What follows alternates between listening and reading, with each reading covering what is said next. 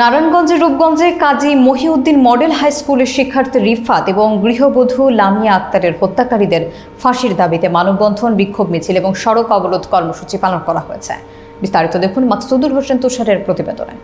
বৃহস্পতিবার দুপুরে তারাবো পৌরসভার সামনে ঢাকা-সিলেট মহাসড়কে এই কর্মসূচি পালন করেন স্কুলের শিক্ষার্থী ও এলাকাবাসী। দুপুর 12টা থেকে 12টা 30 পর্যন্ত মহাসড়ক অবরোধ করা হয়।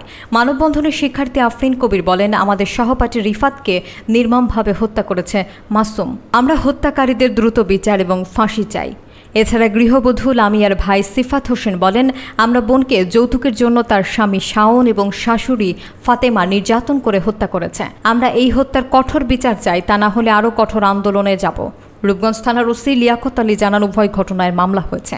গৃহবধূ লামিয়া হত্যা মামলার আসামি শাওন এবং ফাতেমা ও শিক্ষার্থী রিফাত হত্যা মামলার আসামি মাসুমকে গ্রেফতার করে কারাগারে পাঠানো হয়েছে। তার শাশুড়ি এখন তার ছেলে মিল্লা দুজনে মিলে আমার মেয়েকে হত্যা করছে, কিন্তু আমরা হত্যা তারা বলছে আমাদেরকে ফোন করে যে আমার মেয়ে ফাঁসি দিতে, তাইলে পুলিশে ফাঁসি থেকে না বলে তারা কেন অজ্ঞাত অবস্থা রাস্তায় ফেলে দিল?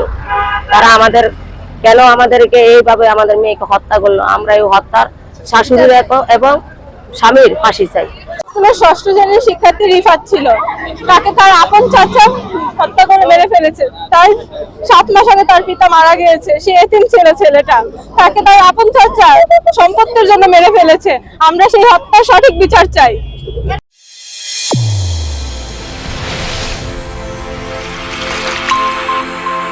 চ্যানেল A1 হৃদয় রেসপন্স।